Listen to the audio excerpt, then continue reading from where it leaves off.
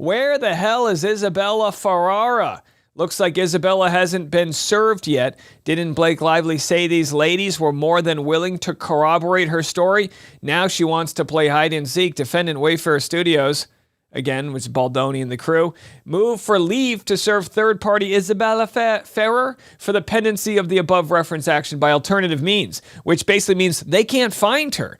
Isabella played young Blake Lively, and she was a big Justin Baldoni supporter, seemingly, in the text message I'm about to share, even though Blake Lively said that Isabella was thought that Baldoni was a creep in whatever term she used. I didn't get to know Isabella while making the movie because we met a couple times, but we weren't working together. Yeah. And Colleen is really the one who, Colleen connected with me initially, and then she connected, and she had been connected with you, and connected you and me, and like. Okay, then, Blake, in that case, what exactly were you and Isabella comparing notes about how creepy Justin is? You didn't know her, like you just said. You really didn't have any relationship with her like that. So when did you have the time to build such camaraderie? Blake Lively's case just took a shocking turn that nobody saw coming. Her key witness has vanished into thin air, and the evidence that's surfacing paints a completely different picture than what we've been told. Could this missing actress hold the key to unraveling Blake's entire narrative? Or is something far more sinister happening behind the scenes? The first bombshell hitting the Blake Lively versus Justin Baldoni case involves a crucial witness who's suddenly nowhere to be found. Isabella Ferrara, the young actress who played the younger version of Blake Lively's character in It Ends With Us, has gone completely off the radar. The legal team representing Baldoni and Wayfair Studios has filed court documents requesting permission to serve her through alternative means. In legal terms, this translates to one simple fact: they cannot locate her anywhere. On that one, but I'm pretty sure they didn't have to go through with that. Isabella being a witness to this case is kind of a no-brainer at this point, especially if Blake was trying to suggest that she was also somebody who faced harassment on set. Personally, I don't really think there were any others on set. There were never any HR complaints made. Nothing has ever been shown or said to indicate that anyone else actually said they faced sexual harassment. There was, of course, that speculation about Jenny Slate and Jamie Heath, which, again, nothing to do with sexual harassment. She was allegedly uncomfortable with something he said about the sanctity of motherhood. Now, I don't know exactly what was said there, and it seems like no complaint was actually made. This disappearance is particularly damaging for Blake Lively's case because Isabella was supposedly one of her key corroborating witnesses. According to Blake's original harassment complaint, Isabella allegedly witnessed inappropriate behavior from Baldoni on set and would be willing to support the serious allegations being made. Blake's legal team specifically mentioned that Isabella and other cast members were more than willing to corroborate her story. But here's where things get explosive and the entire foundation of Blake's case starts crumbling. Text messages between Isabella and Justin Baldoni tell a completely different story than what Blake's legal filing suggests. Isabella played young Blake Lively, and she was a big Justin Baldoni supporter, seemingly, in the text message I'm about to share, even though Blake Lively said that Isabella was thought that Baldoni was a creep in whatever term she used. These communications, now part of the official court record, show Isabella not just being polite to her director, but actively praising Baldoni's professionalism and thanking him for creating what she specifically called a comfortable, safe space on set.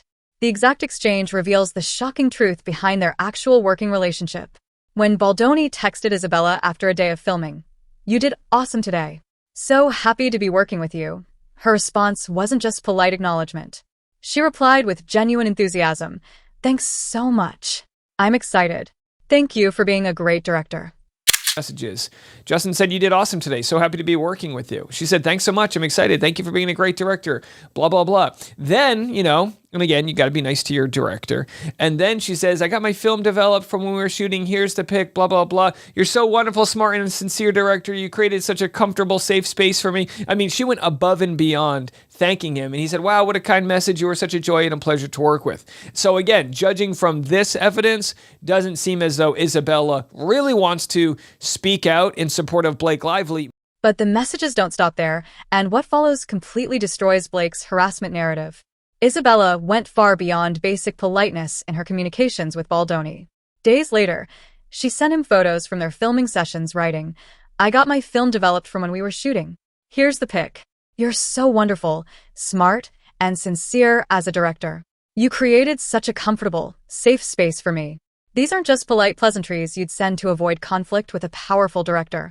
This is someone genuinely appreciating their work environment and feeling secure enough to express it in detailed, voluntary writing. Baldoni's response was equally professional. Wow, what a kind message. You are such a joy and a pleasure to work with. The entire exchange reads like two professionals who genuinely respected each other and had a positive working relationship. There's no hint of discomfort, no underlying tension, no suggestion that anything inappropriate occurred on set. The contrast becomes absolutely staggering when you examine Blake's specific allegations against this documented evidence. Her legal filing claimed Isabella was so uncomfortable around Baldoni that production had to redo the young actress's makeup because he allegedly stood too close during intimate scenes. The complaint painted a disturbing picture of a predatory director making a young woman uncomfortable during vulnerable moments. But it gets worse for Blake's credibility. The filing suggested that Baldoni made inappropriate comments about Isabella's performance in what they claimed was an underage character's intimate scene, allegedly telling her that her orgasm scene was so hot. This paints a picture of a director crossing serious professional and potentially legal boundaries with a young actress. Yet Isabella's own documented words completely contradict every aspect of this narrative. She's not just being polite. She's going out of her way to praise his professionalism, specifically mentioning the safe space he created. She's voluntarily sharing personal photos from the shoot and continuing their positive professional relationship well beyond the required filming days. The timing of Isabella's disappearance raises even more serious questions about what's really happening in this case. This isn't just a scheduling conflict or a reluctant witness who's busy with other projects. When someone becomes completely unreachable right when their testimony could make or break a major lawsuit worth millions of dollars, it suggests one of two disturbing possibilities. Either they don't want to support the case, or their truthful testimony would actually destroy it. Given the content of these text messages, Isabella's absence speaks volumes about the credibility of Blake's harassment claims. If Isabella truly witnessed the inappropriate behavior that Blake alleges, wouldn't she want to testify and help stop a predatory director? Wouldn't she want to support another woman who is allegedly being harassed? The legal team's request for alternative service methods indicates they've exhausted every normal channel for locating Isabella. This level of evasion typically happens when someone desperately wants to avoid being forced to testify under oath about events that might not have happened the way they've been described in legal filings. Could this be witness intimidation from Blake's side? Has Isabella been pressured to disappear rather than provide testimony that would contradict the harassment allegations?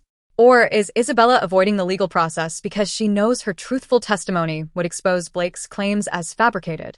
What makes this situation even more suspicious is that we're seeing a pattern emerging around Blake's other supposed witnesses. When your star witness goes missing and their private communications directly contradict your legal claims, it raises serious questions about the foundation of the entire case. The implications extend far beyond just one missing actress. If Isabella's text messages represent the real relationships on set, what does that say about Blake's other allegations? Were other supposed witnesses also documenting positive professional relationships with Baldoni while Blake was building a harassment case against him? Let's rewind for a moment and examine how we got to this explosive point in the legal battle.